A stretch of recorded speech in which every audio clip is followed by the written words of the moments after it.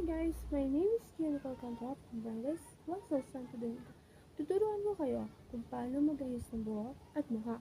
Unang-una, kailangan mo suklayin ang iyong buhok para mas straight ito. At pangalawa, kailangan mo ipusod para hindi buhaghag. Pwede kang gumamit ng clip or pwede kang gumamit ng pamusod. Kung maganda man, ito man ay maganda din. Pwede kang mag-clip or magpusod.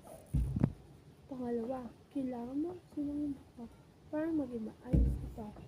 Pang-apat, kailangan mo linisan ang iyong mukha para matanggal ang dumi or dry skin ng iyong pagmumukha para makita ang kalinisan bago mo ito pusturahan.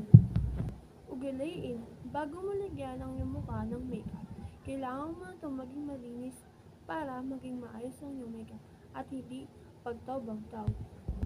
Pagtapos na, pwede ka na maglagay ng iyong makeup or ayusan ang iyong mukha para maging malinis ito.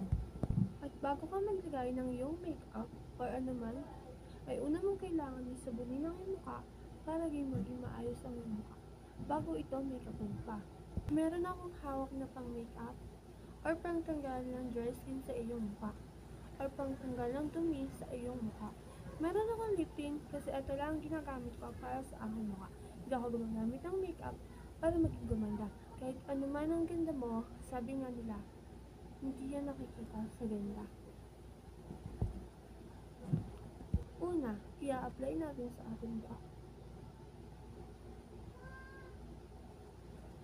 I-blend natin ng mabuti para maging maayos ito. At maging pantay.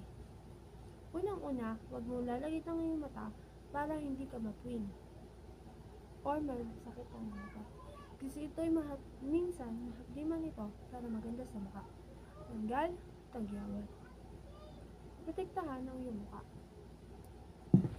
Obserbahan mo siya ng 1 minute para malis ang iyong tagyawan. Tapos ko na ito ang ayusan. Pangalawa sa pag-ayos ng mukha.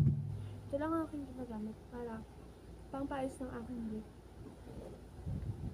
Burn mo lang para maayos ito. Parang ganito. Tapos na. Bye guys!